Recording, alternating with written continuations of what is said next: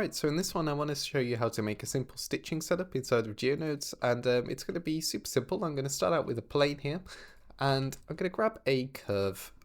This is going to be my guide curve to define where I want these stitches to be on the plane. And the nice thing is you can use the draw curve mode on surface mode and draw on any sort of 3D object and get a really quick way to input curves. So let's take this as our input and see what we can do with it. So I'm going to open up a GeoNodes editor. Create a new group, and then with the basic curve I'm going to drag it into the node group and then view it in here, and now you can see it's a little bit different to what we have in the viewport. So if I turn the one off in the viewport and set this to relative, we'll get a perfect match. So now the first step, what I want to do is snap these curves to the surface of the target plane. So I'm going to sample nearest surface, and this GeoNodes group is on our plane object, so it'll be this group input up here. So if I grab that into the sample nearest surface node, like that, I'm going to sample a vector, and it's going to be the position. And then let's set position of these curves to be that nearest. And now you see we bring our top curve down onto there. There's a bit of a subtle issue with this though, because if I connect this to the output first of all so I can see it and tweak our curve, you can see that as I change this curve, if I make it curve up or something, it doesn't snap to the surface anymore, which obviously we don't want our stitches going away from the surface. So to solve this, I'm going to resample this curve inside of GeoNodes, and I'm going to resample it based on length, and I'm going to set this to something really low, like 0.01. and that will give us enough resolution later on when it comes to displacing the actual stitches. And speaking of that, let's start thinking about how we're going to do that. So these curves are going to become our stitches, so they're going to take this kind of a shape. And in order to generate that kind of pattern, I'm going to use the spline parameter node, and I'm going to use the length. So if I view this, you can see it starts at 0 for each curve, and it gradually increases as the length increases. And what I'm going to do with this length is I'm going to run it through a math ping pong node and set that scale to 1. And you can see now that this creates this sort of pattern where we go up to 1 meter and then back down to 0, and then up to 1 meter back down to 0, in this kind of repetitive way. So if I multiply the length, say by like 10 or 50, you can see the kind of pattern we're generating here starts to look something like a stitch. And basically I want to displace our curve based on this.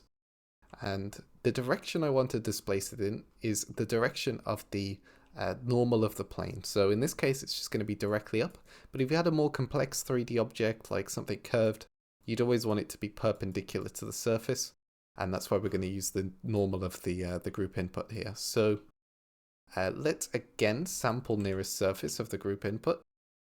And this time we're going to sample a vector again, and we're going to sample the normal. Now if I offset the curves by this normal, you can see they move directly up. And if I made the plane more complicated, they would be offset perpendicular to it. So now what I want to do is essentially scale this factor by that pattern we just made. So I'm going to use a scale node, and I'm going to plug in the ping pong into that scale node. And you can see what this does. It gives us this zigzag effect. And this is pretty much what we're going to use for our stitches. We're just going to remap these values a little bit. So first thing I'm going to do is use a color ramp.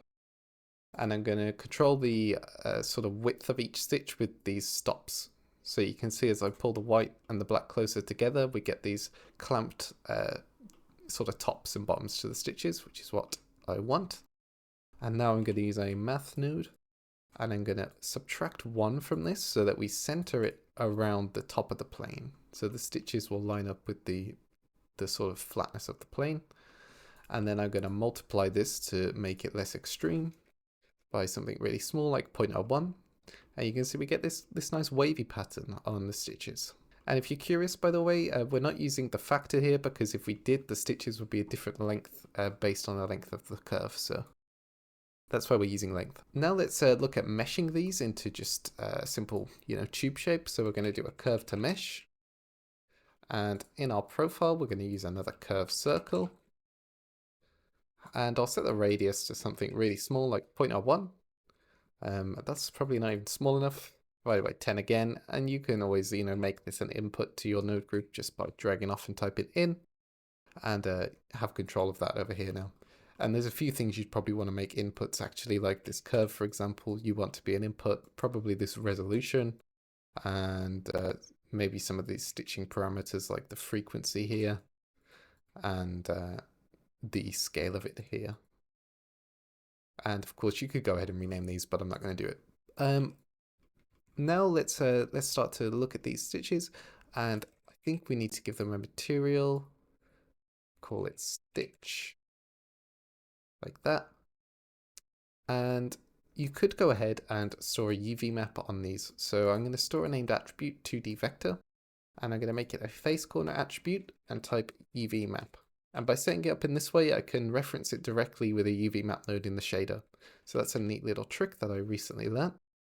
And if you capture the attribute of our input curve here and our curve circle, and we want to capture the spline length and parameter for these, we'll be able to make a UV map, basically, because we'll have two gradients, one going along the curve and one going around it. So I'll use the factor for the circle and the length for the first input. And then if I combine these into an XYZ, I can plug that into the store name attribute, and we've made a little UV map for us here. So now in the shader editor, on the stitch material, if I go into material preview, I can drop down a UV map node, and you'll see we have something here. And now I want to use a noise texture for this, just to create the impression of smaller threads. And it's really, really subtle, but maybe if we made the radius a bit bigger, it'd be more obvious. But I'm going to plug this into the bump height, and then just turn this way down so it's not too extreme. But I think it helps a little bit. And then the only other thing left to do is to, of course, rejoin our initial geometry over here. So I'm just going to duplicate up that group input, join it up. And now if we go into the 3D view, you can see that the stitches are on our object there. I'm going to make them a bit more obvious by changing their color, perhaps. And it looks like we've assigned the stitch material to the ground plane as well. So I'm just going to make another slot and move it to the top and call this ground, and remove the stitch material from this. And now back in GeoNodes, I want to do one more thing as sort of an optional step, and that is going to be to displace the actual ground plane. And you don't really need to do this. You can get definitely a realistic result using this kind of method, but sometimes I've seen references where the stitches sort of actually inset themselves into the fabric a bit more, so I'm going to do that here. So first I'm going to increase the radius of my stitches a little bit, and not the length, the radius up here. So they're a bit thicker and maybe a bit less frequent. And now we're going to need a lot of geometry to displace this ground plane, because we're going to need to push vertices down basically based on the width of this channel. So we're going to need at least that much geometry. So I'm going to add a subdivision surface modifier before our node group here. And I'm going to set it to simple and set it to a value of 6. And you can see if I turn off optimal display, that gives us a fair bit of geometry, but we might need a bit more. So I'm going to set this to 8. And that will probably be enough. So now back in our GeoNodes group, I'm going to set position on our base mesh. And I'm going to set it based on its normal. So similar to what we did with the stitches, I'm going to scale the normal. And this is a really easy way to make a displacement in GeoNodes, but I want to displace it based on the distance to these stitch curves. So I could do a proximity based on these final generated stitches, but that's not very efficient. So what I'm instead going to do is grab the snapped curves, these, and then I'm going to use a proximity on these. And I'm going to plug the distance into this scale node. And you see we get an info, and it says we can't use a curve inside of this, so I'm going to use a curve to mesh operation before we do that, and set it to points since we have no faces. And now, if we view our ground plane here, you can see we get this interesting sort of linear fall off. So where the stitches are, we get a distance of 0, so things stay the same, and as we get further, it gets higher up, which isn't exactly what we want. So I'm going to map the range on this to play with the values a little bit. So let's say from max is instead 0.01 to limit the radius of this effect. And then I'm going to invert the output from 1 to 0, and I'm going to set it to -1 because I want it to go down.